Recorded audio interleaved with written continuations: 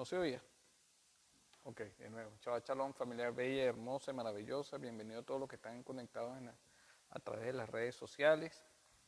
Le pido al Eterno que nos guíe para que seamos edificados en el día de hoy.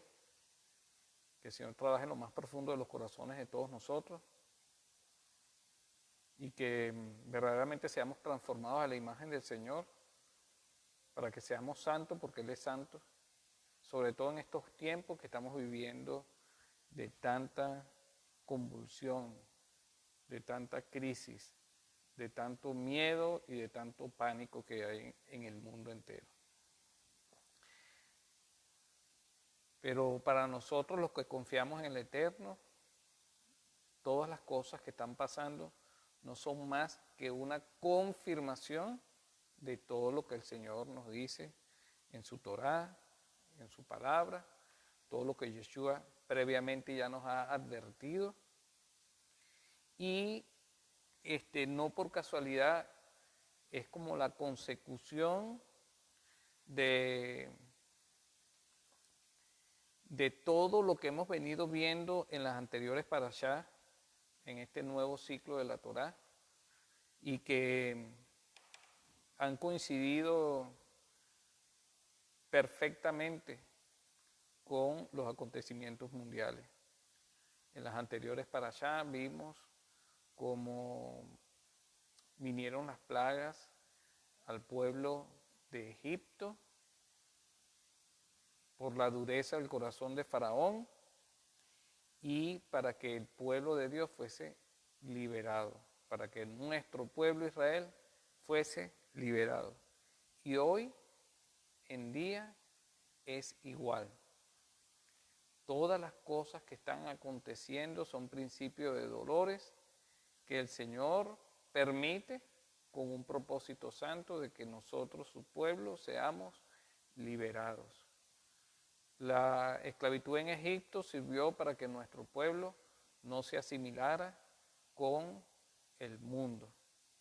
Igual, todas estas cosas que están sucediendo hoy en día es una gran oportunidad para que nosotros nos recojamos en nuestros hogares, reflexionemos sobre la manera como nos estamos conduciendo en este mundo y no nos asimilemos al mundo. Dentro de pocas semanas, menos de un mes, viene Pesach, la celebración de Pesach, que es el cordero que se sacrificó en Egipto, que representa a Yeshua, el cordero que quita el pecado del mundo, y en medio de la gran plaga de los primogénitos, la última, las décimas plagas, todos nosotros estábamos reunidos en nuestro hogar, confiando en la salvación del Señor con la sangre del Cordero. Y hoy en día es igual. Vamos a estudiar esta parashá que se llama Kitizá, que se encuentra en Éxodo 30, desde el versículo 11 hasta el capítulo 34, versículo 35. Y en la medida que vayamos estudiando la parashá, yo quiero que nosotros podamos trasladarnos a esos momentos, pero con una aplicación práctica en los tiempos que estamos viviendo hoy en día. El kitizá significa cuando te levantes o cuando eleves, ¿no? Y esta parashá comienza con el conteo, con un censo que el Señor ordenó que se hiciera al pueblo de Israel. En la mayoría de las Biblias dice cuando cuentes al pueblo, y la palabra que dice ahí es kitizá rosh, que significa cuando eleves las cabezas de los hijos de Israel.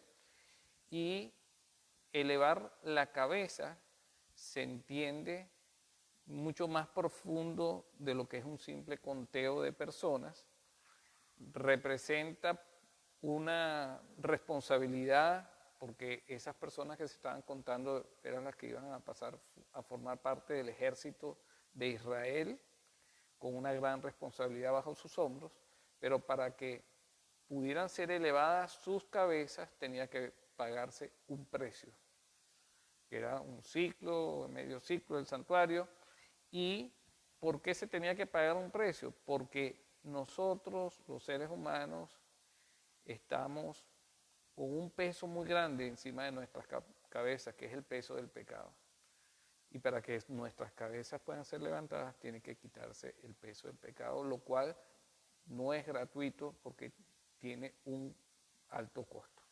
Pero no nos vamos a enfocar en ese capítulo 30 y 31, que empieza de esta manera, como les acabo de decir, sino que vamos a enfocarnos en un hecho trascendental y muy aleccionador que se encuentra en el capítulo 32 de Éxodo y que se refiere a la construcción del becerro de oro, el pecado del becerro de oro. Y el capítulo 32:1 dice así: vio el pueblo que se había demorado Moshe en descender de la montaña, y se congregaron alrededor de Aarón y le dijeron: levántate y haznos dioses que vayan frente a nosotros, porque este hombre Moshe, quien nos hizo subir de Egipto, no sabemos qué fue de él. Entonces, de alguna manera, el pueblo entró en pánico y fue incrédulo ante las promesas que ya Dios nos había hecho, fue incrédulo ante todas las cosas que ya habíamos vivido desde que éramos esclavos de Egipto hasta que estábamos en ese momento en el monte Sinaí y acabamos de escuchar la voz del Eterno dándonos las 10 sentencias, las 10 palabras o los 10 mandamientos y convirtiéndonos a todos nosotros como pueblo de Israel en profetas porque pudimos escuchar la voz de Dios directamente, al igual como lo hacía Moshe. Y sin embargo, no habían pasado 40 días y 40 noches desde que Moshe nos había dejado y ya el pueblo había entrado en pánico. Entonces, el miedo desenfrenado, la incredulidad, la impaciencia y las suposiciones son muy malos consejeros. Porque el pueblo empezó a suponerse cosas que le pudieron haber pasado a Moshe y a sacar conclusiones y a tomar determinaciones, las cuales por supuesto sabemos que fueron un tremendo error al punto de que esto es uno de los pecados más graves de nuestro pueblo. Podemos hacer una pequeña enumeración de los pecados más importantes en la historia nuestra y tenemos por supuesto el pecado de Adán y Eva, el pecado original que pues hizo que entrara la muerte a todo ser humano y a toda la creación. Luego tenemos el pecado de la venta de José por parte de los hermanos.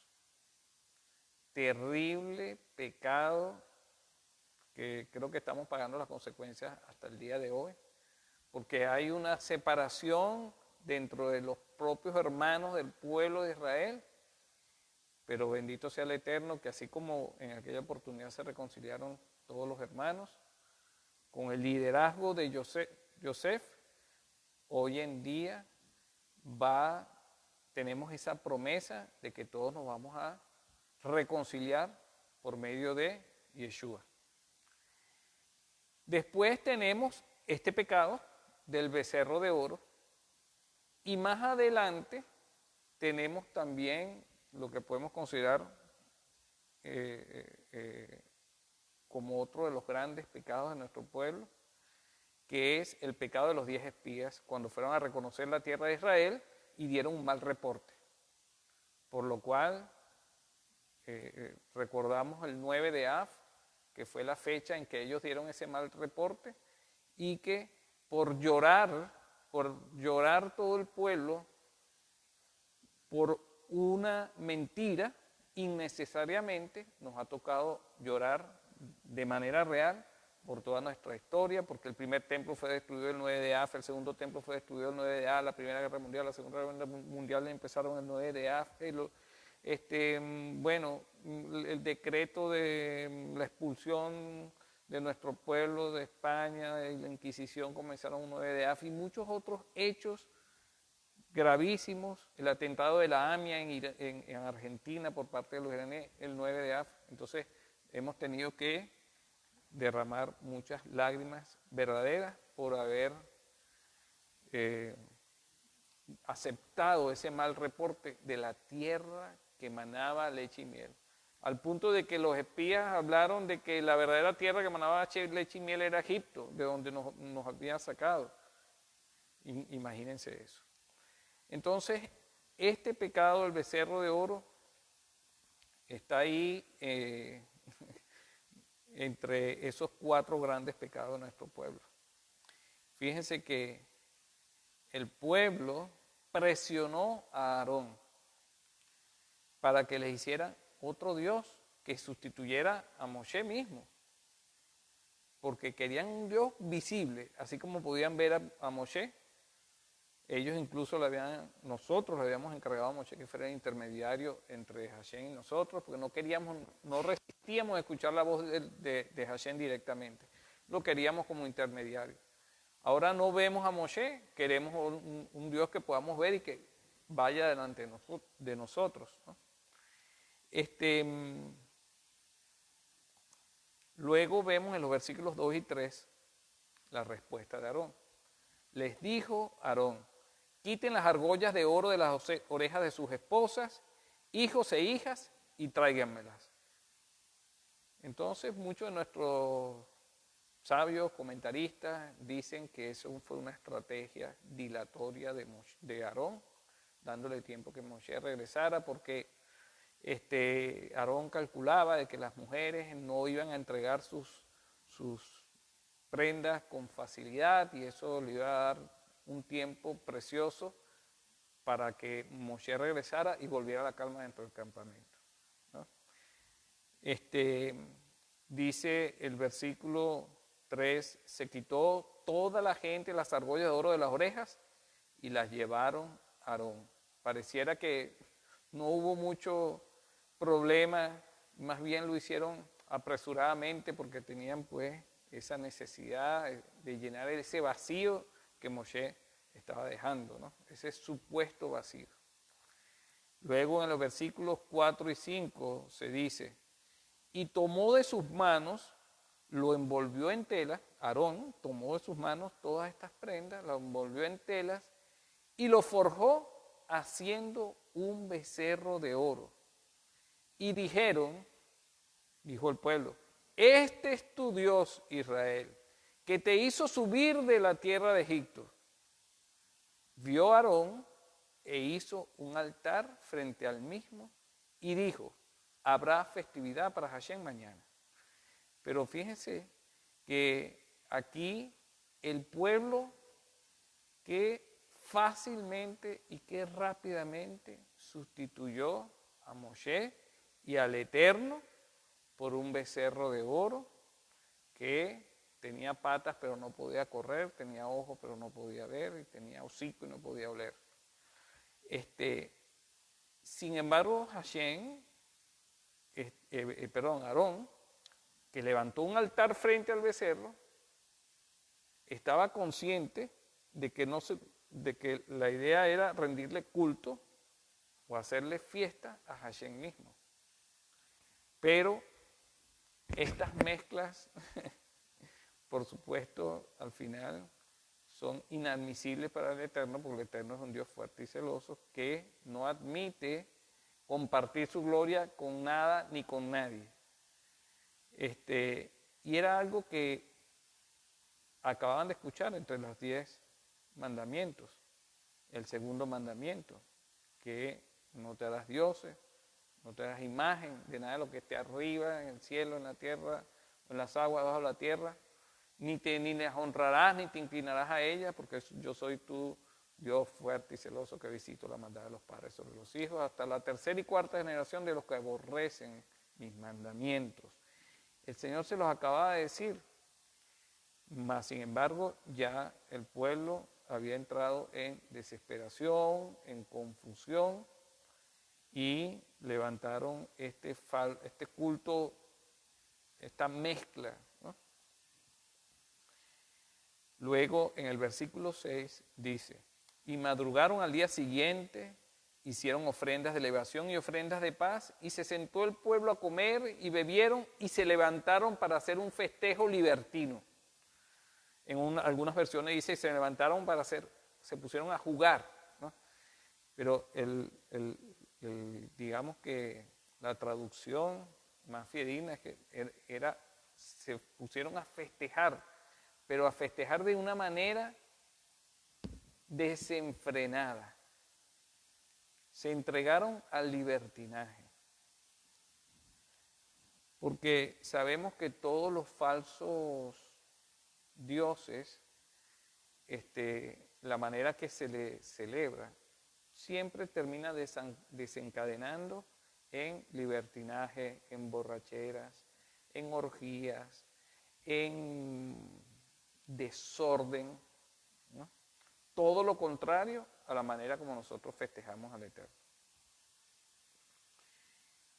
El versículo 7 y 8 dice, dijo Hashem a Moshe, ve, desciende, pues se ha corrompido tu pueblo que hiciste.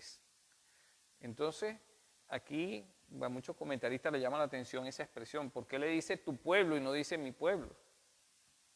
Entonces, algunos deducen que no era el pueblo de Israel el que se había corrompido, sino que era la multitud mixta que había salido junto con Israel de Egipto, el Edef Raf, su definición en hebreo.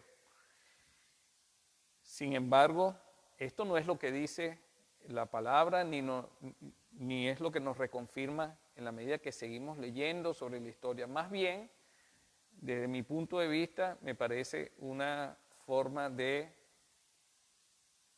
echar las responsabilidades o las culpas y no asumir nuestras propias responsabilidades. Y es lo mismo que sucedió con Adán, cuando Dios lo increpa y le pide cuentas sobre lo que haya sucedido, y él dijo, la mujer que tú me diste, entonces le echa la responsabilidad tanto a la mujer como a Dios mismo, excepto él, ¿no?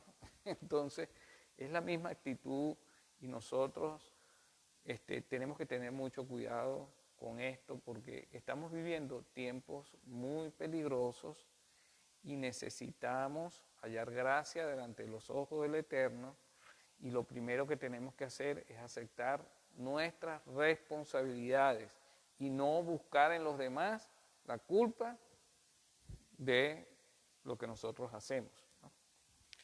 Entonces, cuando Hashem le dice a Moshe, ve, desciende, pues se ha corrompido tu pueblo que hiciste, bueno, porque en ese momento el pueblo no consideraba a Hashem su Dios, sino que prácticamente tomó a Moshe y lo sustituyó por el becerro de oro, ¿no? Por una imagen visible. Por lo tanto, pues no era que Dios no lo considerara su pueblo, sino que el mismo pueblo no reconocía ser el pueblo de Hashem. Y es por eso que el Señor habla con este lenguaje. Luego les dice, se han apartado muy pronto del camino que les ordené. Han hecho para sí un becerro de oro. Se han inclinado frente a él y le han ofrecido sacrificios diciendo, este es tu Dios, oh Israel, que te ha hecho subir de la tierra de Egipto. Qué mal agradecimiento tan grande. después de todo lo que el Señor había hecho, y qué tan rápido nosotros nos olvidamos y nos apartamos de lo que el Señor nos ordena. El hombre, Adán, se separó muy rápidamente de lo que el Eterno nos había ordenado. Si tan solo hubiese comido del árbol de la vida antes de comer del árbol del conocimiento del bien y del mal, pues nada de esto hubiese sucedido, ¿no? Pero ese es el ser humano, y más el ser humano con la naturaleza pecadora, ¿no? Luego, en el versículo 9, dijo Hashem a Moshe: he visto a este pueblo y aquí que es un pueblo duro de servicio. Un pueblo duro de servicio es que es un pueblo terco, obtuso para reconocer las cosas. Las cosas son obvias y nuestro pueblo, pues, terco, ¿no? Y entonces fíjense qué interesante lo que dice a continuación. Y ahora, hablando el Eterno, déjame ya, permita que mi ira se encienda contra ellos. Los aniquilaré y haré de ti una gran nación. Entonces fíjense que este lenguaje es un lenguaje donde Hashem prácticamente le está pidiendo permiso a Moshe para que se encienda su ira sobre el pueblo de Israel. Y yo les hago una pregunta. ¿Necesita Hashem el permiso de Moshe para actuar? Pues no lo necesita. Por supuesto que no lo necesita. Y entonces, ¿por qué se expresa de esta manera diciéndole a Moshe: déjame ya, permíteme que mi ira se encienda? Entonces, esto sucede porque no es porque necesite permiso de Moshe, sino porque está probando el liderazgo de Moshe y está probando a ver si verdaderamente Moshe ha entendido el plan de salvación que Dios tiene preparado para su pueblo y para toda la creación, con el modelo que Dios le mostró en el cielo o en el monte Sinaí, que era el que posteriormente iban a replicar provisionalmente en el desierto a través del tabernáculo y todo lo que se hacía en el tabernáculo. Dios estaba probando a Moshe, así como nos probó al pueblo de Israel y como nos prueba a nosotros hoy en día, para saber si le amamos, para saber si confiamos en Él, para saber si los conocemos a Él. Y luego vemos la reacción de Moshe, y eso lo vemos en los siguientes versículos 11 y 12. Inmediatamente imploró Moshe delante de Hashem, su Dios, diciendo. Y entonces entra Moshe en una oración que no es más que como una especie de juicio delante del Eterno, donde Moshe tenía que tener mucho cuidado con los argumentos que iba a dar. Porque si tú estás delante de un juez, cualquier cosa que tú digas puede ser usada en tu contra. Y Moshe tenía que ser muy cuidadoso con los argumentos que le iba a plantear al Eterno, porque estaba en juego la vida de todo el pueblo de Israel, ¿no? Y la vida propia de Moshe.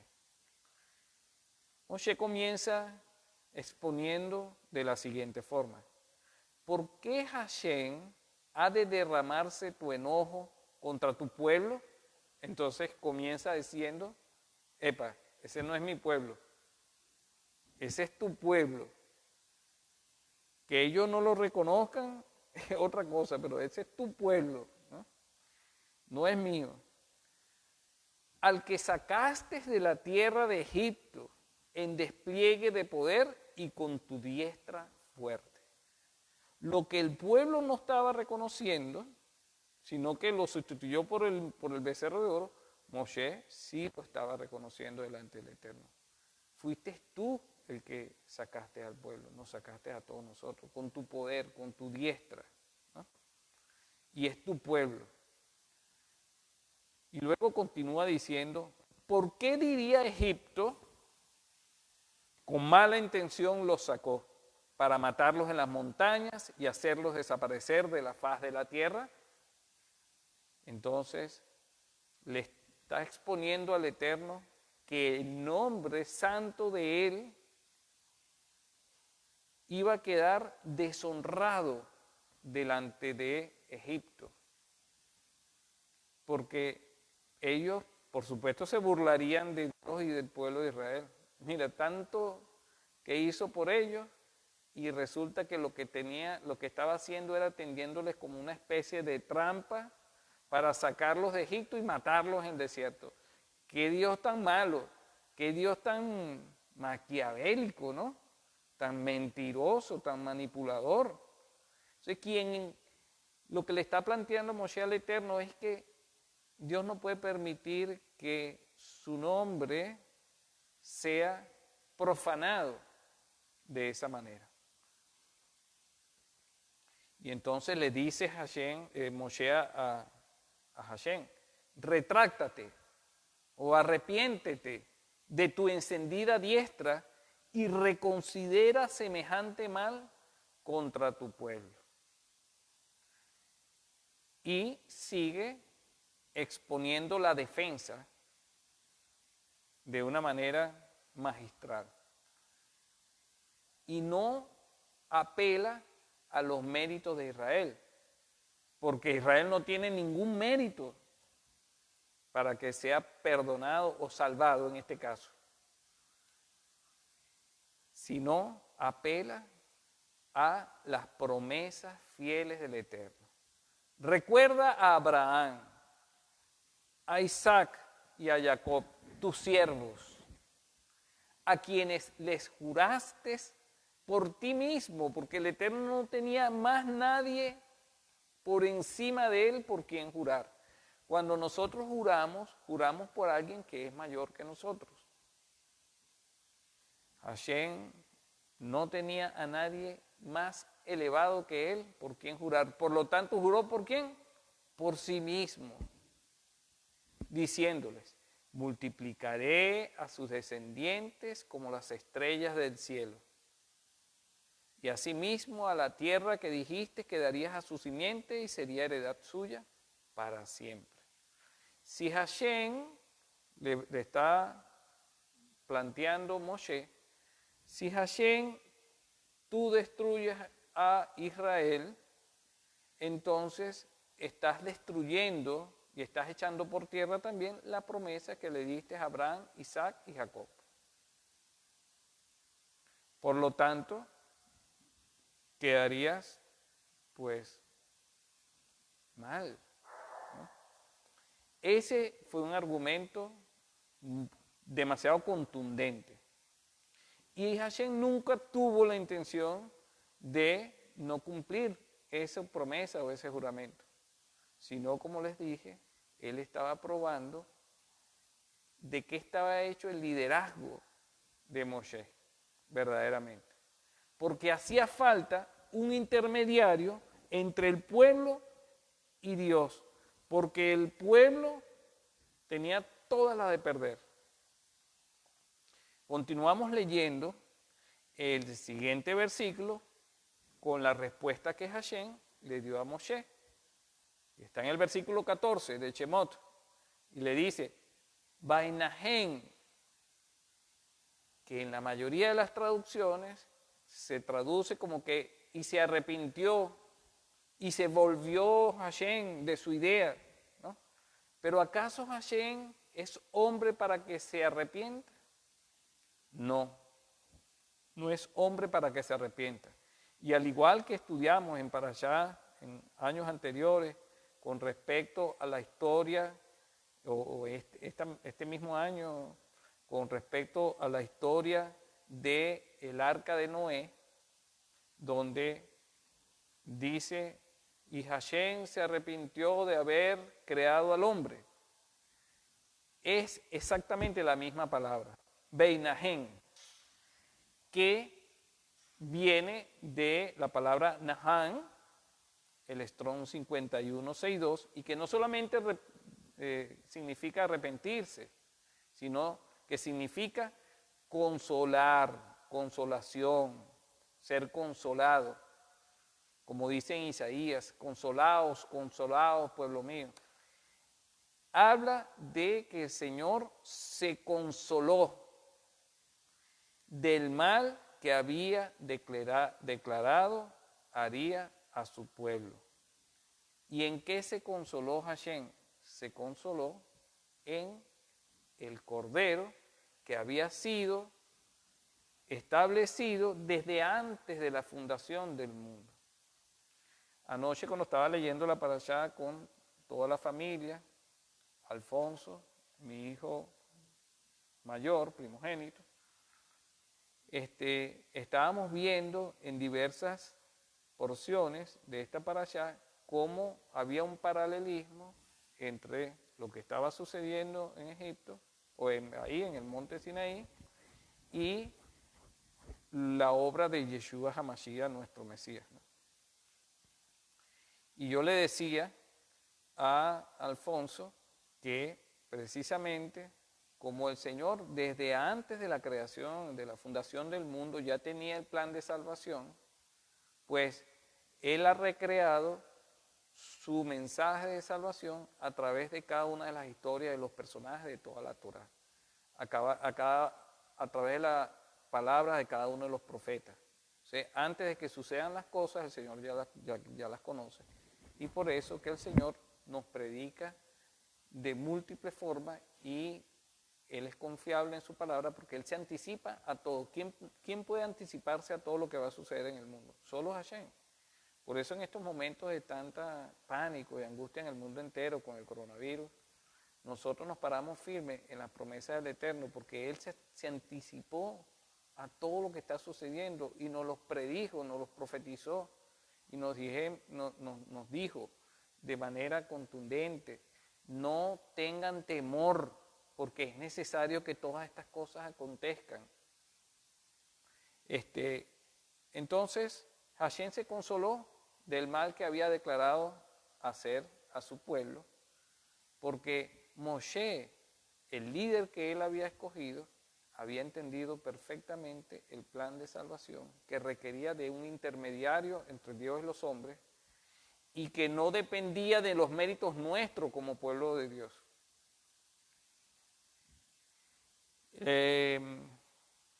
Los versículos 15 y 16 dicen: se apartó de ahí y descendió Moshe de la montaña con las 2 tablas de testimonio en su mano.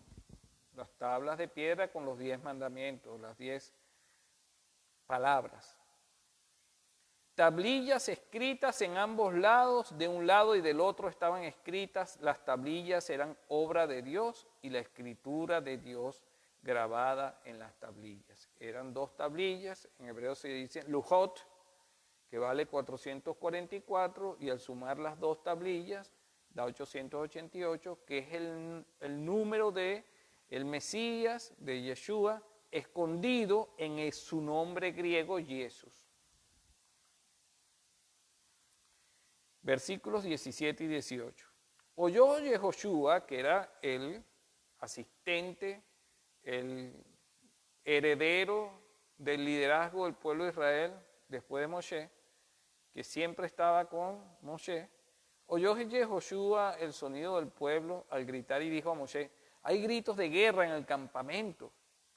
Dijo Moshe: no sonidos de gritos de poderío ni de gritos de flaqueza, sonidos de angustia o de canto yo oigo. Y el 19, y sucedió al acercarse al campamento y ver el becerro y las danzas, que encendió la ira de Moshe y arrojó de sus manos las tablillas al pie del monte Sinaí. Moshe, ya Dios le había advertido lo que había hecho el pueblo. Sin embargo, era necesario, antes de tomar ninguna acción, que él lo viera con sus propios ojos lo constatara y él pudiera ver cuál era el sentimiento que había en el pueblo.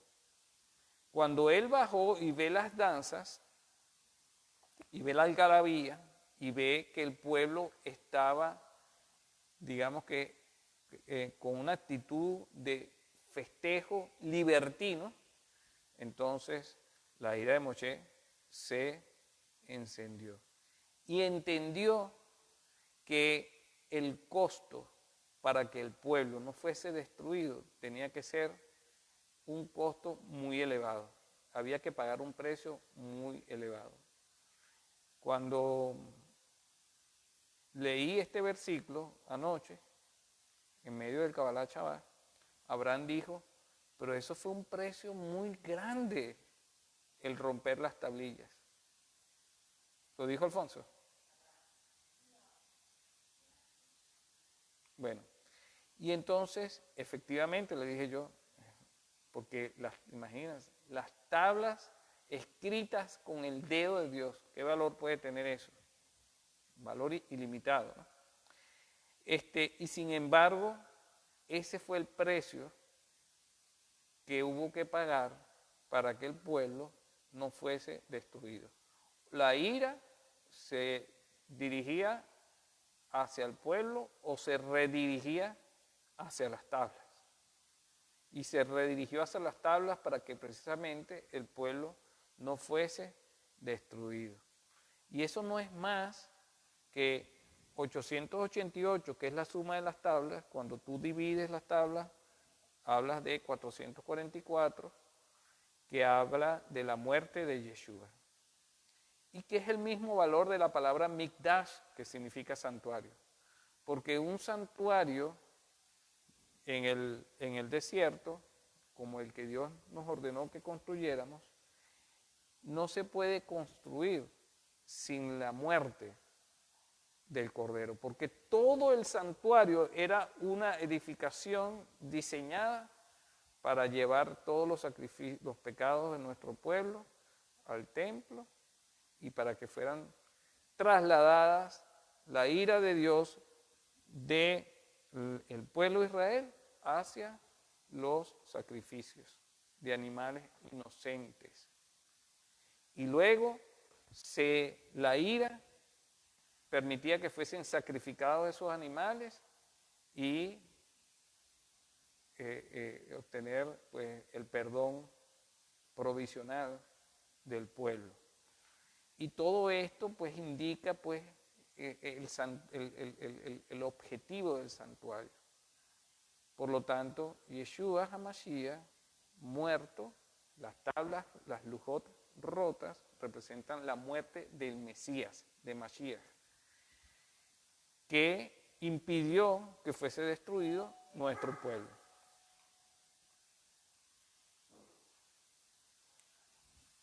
Fíjense, cuando se sacrificó el cordero de Pesaj,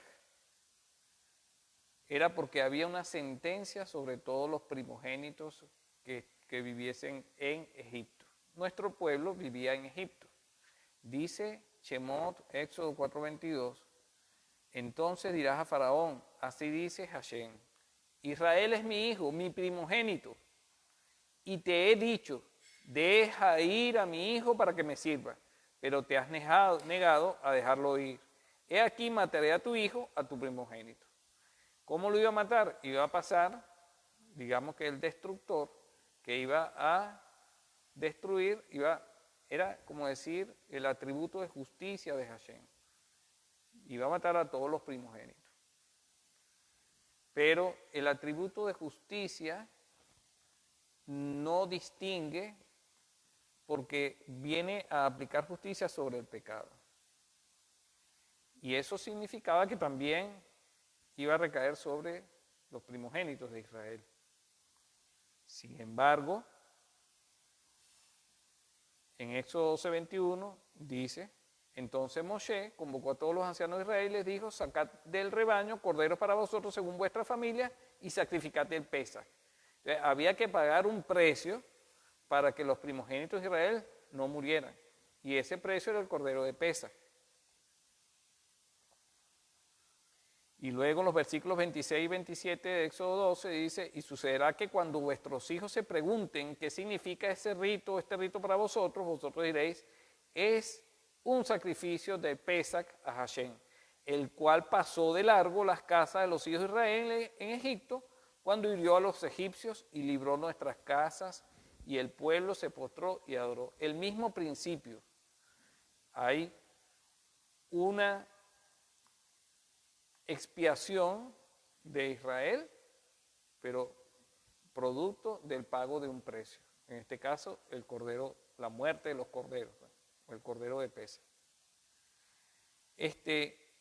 Siguiendo con la parashá, el versículo 20 dice, y tomó el becerro que habían hecho y lo incineró en el fuego, lo pulverizó finamente, lo espolvoreó en agua e hizo que los hijos de Israel bebieran y el pueblo tomó, ¿no?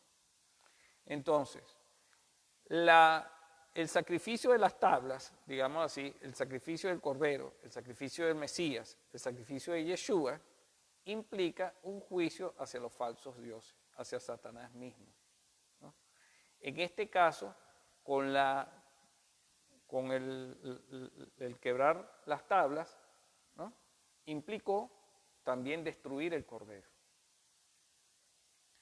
Ahora, este procedimiento de reducirlo a polvo, ligarlo con agua y que se lo volviera al pueblo, podríamos tener un paralelo de este procedimiento en el procedimiento de la sotá, que se dice, que está explicado más adelante en Levítico, que habla del procedimiento que debía realizarse cuando una persona de Israel le entraba un espíritu de celo y sospechaba pues que su esposa le estaba engañando, había sido adúltera. Si su esposa no reconocía eso, pues había el procedimiento donde la llevaban al sacerdote, le daba un polvo de la tierra del lugar santo, del templo, y eso tenía que mezclarse con agua, la bebía la mujer, y si la mujer era culpable, pues se le inflaba el vientre y era evidente que era culpable, si no, no pasaba nada, y se aclaraba todo el asunto, ¿no? Lo que hizo Moshe con el pueblo de Israel en ese momento fue el mismo procedimiento para determinar el adulterio de Israel. Porque la idea no fue quizás de todo el pueblo, sino que un grupo reducido de personas seguramente pues arrastraron a todo el pueblo y presionaron a Aarón a tomar esa determinación. Entonces se hizo este procedimiento. Luego en los siguientes versículos dice, y dijo Moshe a Aarón, ¿qué te hizo este pueblo que trajiste sobre ellos un pecado tan grande? Y dijo Aarón, ¿no?, le está pidiendo cuentas a Aarón, porque él es el líder, que él dejó a cargo mientras él regresaba. Y Aarón le dice, no te enojes, Señor mío, pues tú sabes que este pueblo está predispuesto hacia el mal. Eso es verdad. Pues me dijeron, haz para nosotros un Dios que vaya frente nuestro, porque este hombre Moshe, que nos hizo subir a la tierra de Egipto, no sabemos qué fue de él. Por eso les dije, ¿quiénes tienen oro? Y se despojaron del que tenían, me lo dieron, y lo arrojé al fuego, y surgió este becerro, así como que de la nada. Bueno, seguramente habían personas que pues agarraron ese oro fundido y pues hicieron ese becerro, tallaron ese becerro de oro, ¿no? Vio Moshe que el pueblo había sido expuesto, pues lo había expuesto Aarón a desgracia posible frente a quienes pudiesen levantarse con ellos, porque sin la fortaleza nuestra como pueblo de Dios es estar bajo su cobertura. Pero para poder estar bajo su cobertura necesitamos andar en santidad, porque nosotros somos un santuario del Eterno Y como lo dije en anteriores parashá, ¿qué se hace en el santuario? Pues se practica la santidad. Si nosotros, siendo santuario del Eterno, no practicamos la santidad, pues estamos expuestos al mundo, a las plagas del mundo, a los juicios del Eterno hacia el mundo, al ángel destructor que mató a los primogénitos en Egipto, a ese mismo, a todas las plagas de Egipto. Estamos sujetos a todas las plagas de Egipto, estamos fuera de la cobertura del Eterno. Entonces Moshe vio y reconoció que lo que había hecho Aarón expuso a todo el pueblo y lo hacía vulnerable ante el ataque de cualquier enemigo. Es decir, las defensas de Israel estaban bajas. Y cuando las defensas están bajas, pues todos los virus que son enemigos del cuerpo humano son oportunistas. ¿Por qué se le llama oportunista? Porque aprovechan a los más débiles. Por eso en estas pandemias, ¿quiénes son los primeros que mueren? Los que tienen las defensas bajas. ¿Y cuáles son las defensas nuestras? La santidad, la obediencia a los mandamientos del Eterno con el poder del Espíritu de Santidad que Dios nos dio. Entonces Aarón expuso al pueblo a desgracias. Por lo tanto, Moshe tenía que hacer algo como un buen líder, proteger a su pueblo, que es lo que estamos haciendo nosotros en estos momentos. Estamos protegiendo a nuestra familia, a nuestras esposas, nuestros hijos, a nuestra suegra, a las tías, a todo el mundo, a nuestros amigos, a toda la congregación. Si somos unos verdaderos líderes, en vez de exponer a la familia y a la congregación y al pueblo, vamos a protegerlos, vamos a buscar levantar esas defensas. Se paró Moshe a la entrada del campamento y dijo: todo aquel que esté para Hashem se una a mí. Y se reunieron junto a él todos los levitas. Y les dijo: así dijo Hashem, el Dios de Israel, que todo hombre se ciña la espada en su cintura y pase de puerta a puerta por el campamento, y que si así amerite, mate cada quien a su hermano, a su prójimo o a su pariente. Yo les digo una cosa, esto pareciera muy extremo, pero yo les voy a decir una cosa. Si una persona tiene diabetes y tiene una herida en el pie, y esa herida no se le cura, producto de la diabetes, y se le gangrena el pie, se le muere esa parte del cuerpo, y eso significa que si no toma decisiones extremas, esa gangrena se va a seguir reproduciendo por todo el cuerpo hasta matar a todo el cuerpo. Y el médico le dice a usted: debe cortarse el pie para poder salvar la vida. ¿Qué hace usted? Córteme el pie, porque más importante es preferir perder el pie que perder la vida. Por lo tanto, era preferible que en ese momento los levitas, que fueron los únicos que se pusieron al lado de Moshe cuando Moshe hizo el llamado de quién iba a estar, no con Moshe, sino con el Eterno. ¿Quiénes están con el Eterno? Y vinieron los levitas al lado de Moshe. Entonces ustedes van a ser los cirujanos que van a cortar la gangrena del pueblo de Israel. Y esa gangrena eran los que habían liderizado el hacer el becerro, el pecado del becerro de oro. Eso había que extirparlo, porque esos no tenían ningún arrepentimiento verdadero. Y si se les dejaba vivos, pues al final iba a desaparecer todo el pueblo. Entonces, pero el que estuviera ahí del lado del Eterno tenía que estar consciente de que iba a tomar una acción muy dolorosa y muy peligrosa, porque matar a sus propios hermanos del pueblo podía implicar pues, que todo el pueblo los atacara, era peligroso y además muy doloroso. Muy doloroso. Imagínate, ¿quién se quiere cortar un pie? Parte de uno mismo. Cuando uno se puya un pedacito del cuerpo, todo el cuerpo siente el dolor, todo el cuerpo sufre. Entonces es algo muy doloroso, pero debemos estar dispuestos por el Eterno a sacrificarlo todo. Seguimos. Hicieron los levitas lo que les ordenó Moshe y fueron ajusticiados del pueblo ese día como 3,000 hombres. Dijo Moshe: dedíquense este día a Hashem, pues cada uno se ha contrapuesto a su hijo y a su hermano para que él en este día los bendiga. Y efectivamente el Señor bendijo a los levitas, ¿no? Porque, fíjense, el Eterno tenía dentro de sus planes que cada primogénito del pueblo de Israel tenía que ser dedicado al Eterno.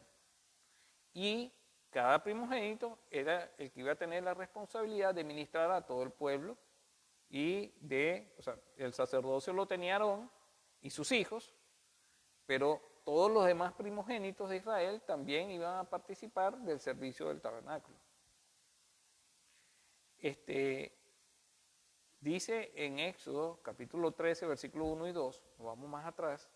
Entonces Hashem habló a Moshe diciendo: conságrame todo primogénito, el primer nacido de toda matriz entre los hijos de Israel, tanto de hombre como de animal, me pertenece. Entonces, los primogénitos iban a tener esa responsabilidad.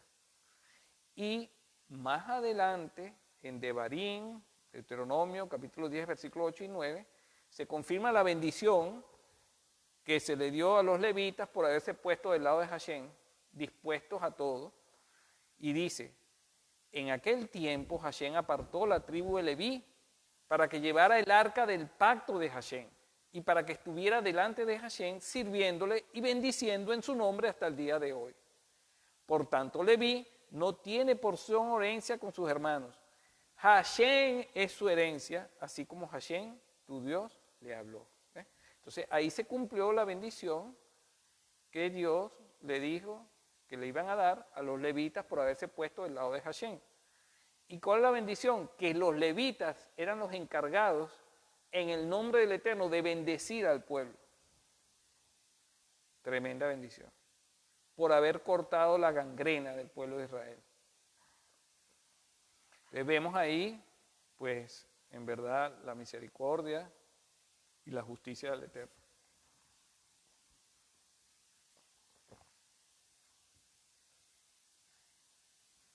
Continuamos con la parashá y ahora vamos a pasar a el punto donde Moshe intercede de nuevo, pero para que sea expiado todos los pecados de Israel.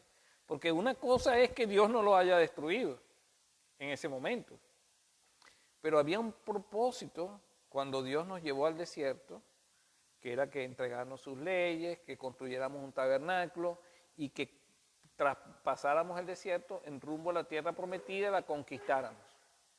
Si el pecado de Israel no era quitado, pues el pacto de Dios no podía ser renovado, porque las tablas de piedra entregadas al pueblo era el sello del pacto. Pero las tablas estaban destruidas. El pacto estaba deshecho.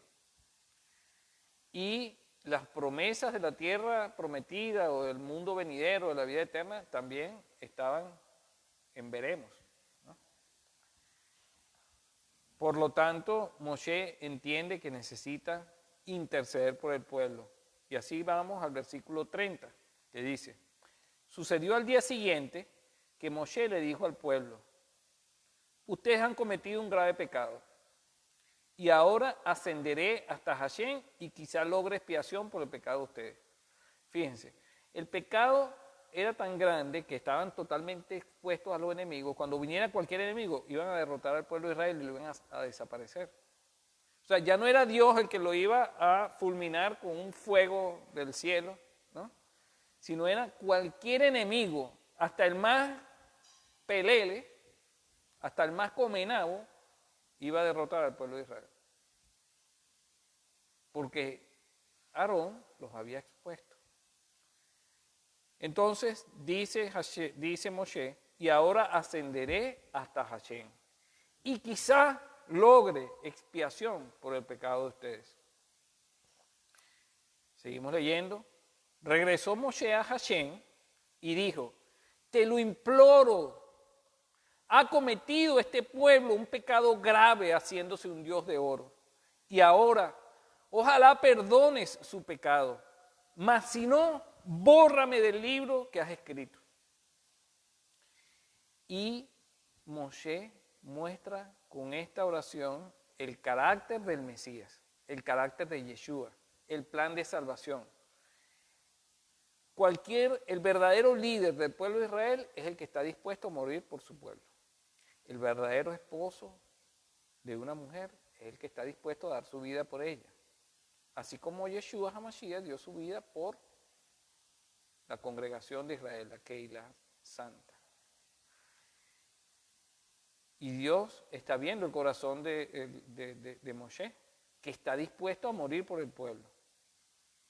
Moshe sabe que el pueblo no se lo merece, pero él está dispuesto a morir por un pueblo que a la primera oportunidad lo quiso sustituir a él.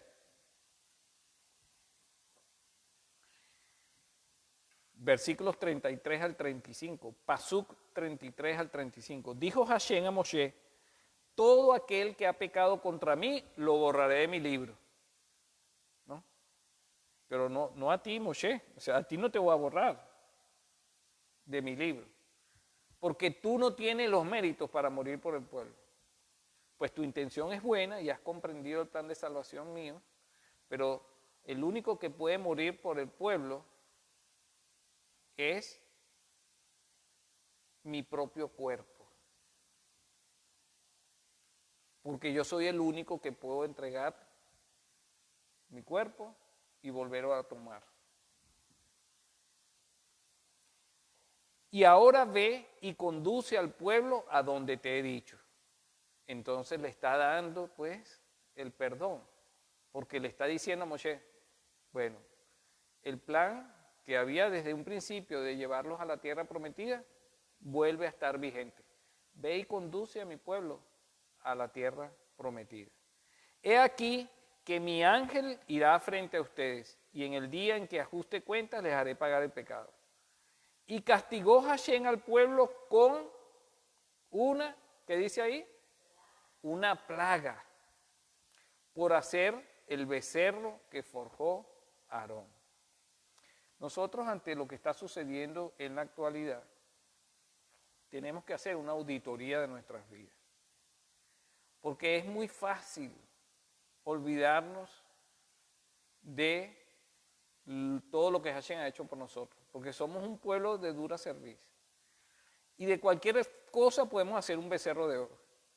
En estos días estaba escuchando a un maestro de la Torá, un rabino, que decía que Moshe era superior incluso al Mesías, porque la Torá oral dice que no va a haber más nadie más grande que Moshe. ¿No? Por lo tanto, si no hay nadie más grande que Moshe, ni siquiera Mashiach mismo es más grande que Moshe. Por lo tanto, Moshe es superior al Mesías, a Mashiach.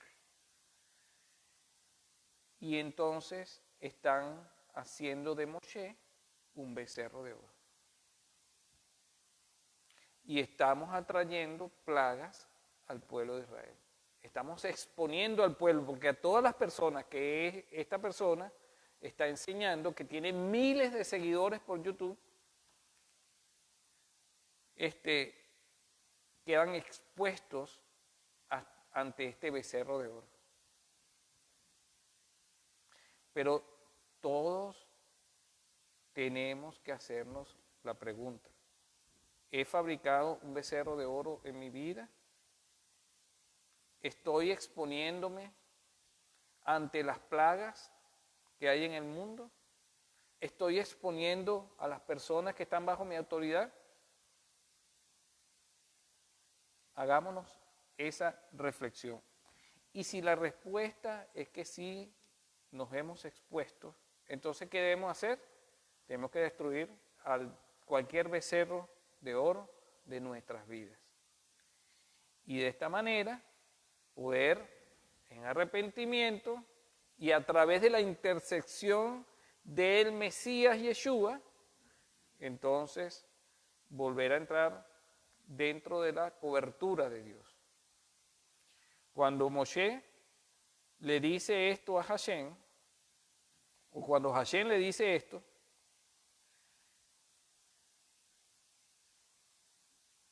vamos a leer lo que dice el Brit Hadashah del Nuevo Testamento en Romanos 13:11, y que eso se aplica mucho a lo que estamos viviendo hoy en día. Dice así, dice el Rav Shaul, y haced todo esto conociendo el tiempo, que ya es hora de despertaros del sueño. Mire, aquí mucha gente vive el sueño americano. Y mucha gente anda pensando en sus propios proyectos, en que quiero lograr fama, poder, dinero, esto, retirarme a tal edad y vivir de las riquezas y tantas cosas, ¿no? Todos tienen muchos sueños. Y a veces nosotros también como creyentes caemos en esas vanidades de darle importancia a cosas que son pasajeras y que no llevan, no tienen provecho en el mundo venidero. Entonces nos está llamando a conciencia el Rav Shaul que debemos despertar de esos sueños, porque ahora la salvación está más cerca de nosotros que cuando creímos. ¿Por qué? Porque estamos viviendo en tiempos finales, apocalípticos. La noche está muy avanzada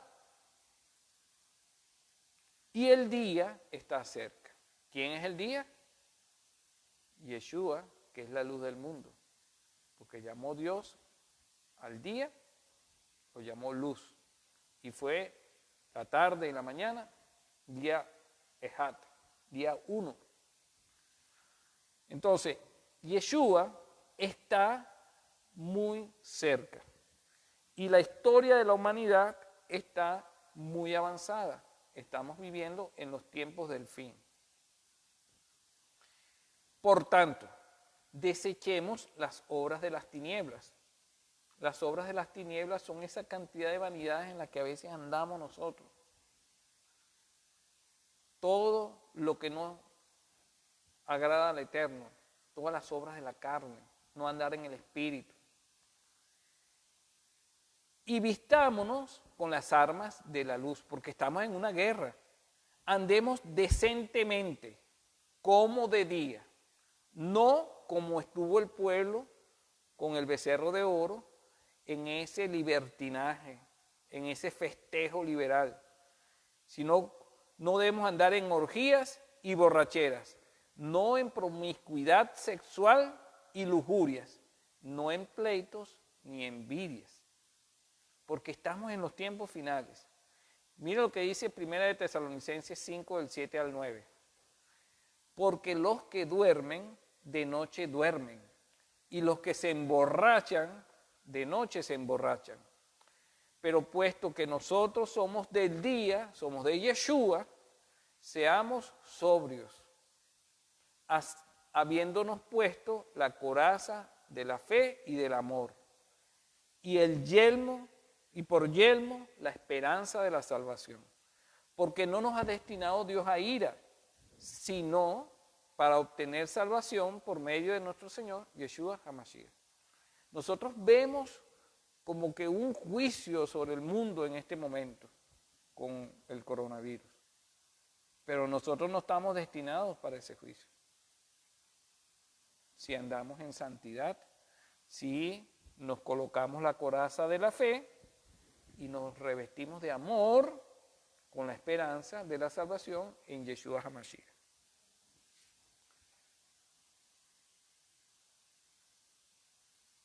Ok, con esto se concluye el capítulo 32 y luego viene el capítulo 33, donde Hashem le ordena a Moshe que continúe guiando al pueblo en dirección a la conquista de la tierra prometida. Le dice que va a mandar un ángel delante de ellos porque son un pueblo de dura cerviz. Él no va a ascender directamente con ellos porque si no va a tener que aniquilarlos, ¿no? Porque el Señor es fuego consumidor. Despoja al pueblo de sus joyas en el monte Horeb y el pueblo entrega sus joyas. Y le ordena a Moshe que mude el tabernáculo, la tienda, fuera del campamento.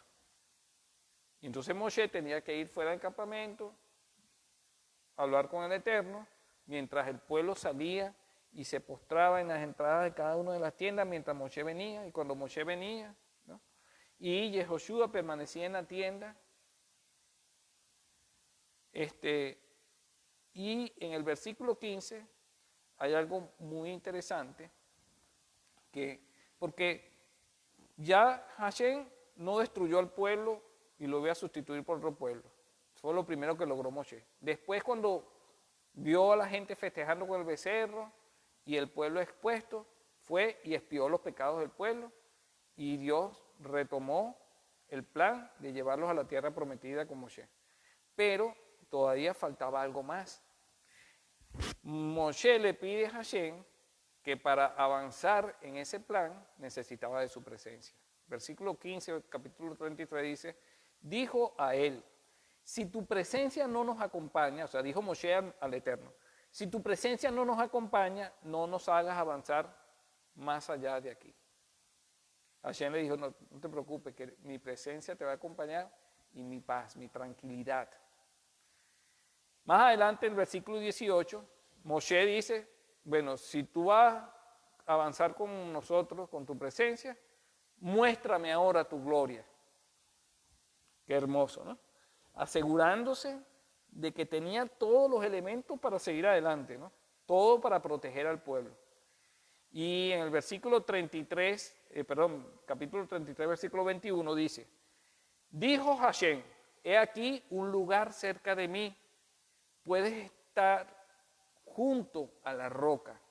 Y cuando mi gloria pase frente a ti, te llevaré a una hendidura en la roca y te protegeré con la palma de mi mano hasta que yo haya pasado, y entonces quitaré mi mano y verás, yo puse ahí mi mano, pero verás mi espalda, ¿no? Entonces, ¿cuál es esa mano que protege, nos cubre de la justicia de Dios? Pues la mano que ejecuta la misericordia de Dios, que es nuestro Señor Yeshua HaMashiach. Ahí vemos las 4 letras con las cuales se escribe el nombre de Yeshua, que son estas 4 letras, y vemos que cuando la colocamos en esta posición, la Yod, la Shin, la Vav y la Ain, forma perfectamente la mano de Dios que nos cubre de la justicia, de los juicios del Eterno, ¿no? Por lo tanto, Él es el intermediario verdadero entre Dios e Israel, ¿no? Y dice el Salmo 118, 16, la diestra del Señor de Adonai es exaltada. La diestra de Adonai hace proezas, porque es el que nos cubre en medio de este coronavirus, en medio de todas las pestes y los juicios.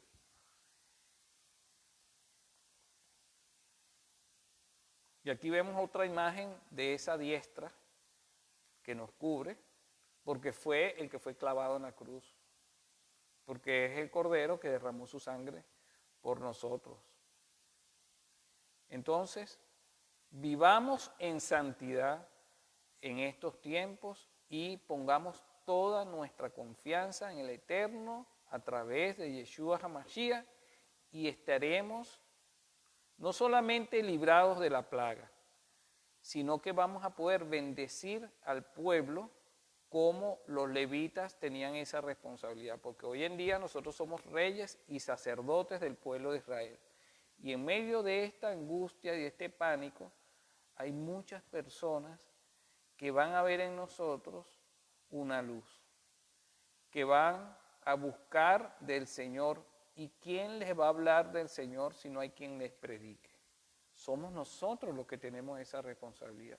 Entonces, en este momento, Dios está, a través de esta angustia, está terminando de reunir a su pueblo para poder venir y ejecutar la redención final.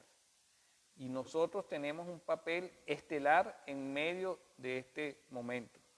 No debemos caer en las angustias que anda el mundo, sino que tenemos que aprovechar, tener la visión de Dios, de lo que está aconteciendo y cumplir el papel que Dios nos está dando, cumplir su responsabilidad, ejercer el liderazgo y saber reconocer a las personas que están desesperadas buscando al Eterno, que no lo conocen, o los que andan, las ovejitas que están descarriadas y que tienen que volver de nuevo, y para eso estamos nosotros. Entonces, bueno, gracias a todos, que sea un tiempo también de reunión familiar, de fortalecimiento del cuerpo, fortalecimiento del alma, con una buena alimentación, estudio de la palabra, oración, meditación, y que estemos en la brecha para ayudar a todo aquel que necesite y demande nuestra ayuda. En amor, con fe y esperanza en Yeshua HaMashiach. Shabbat Shalom.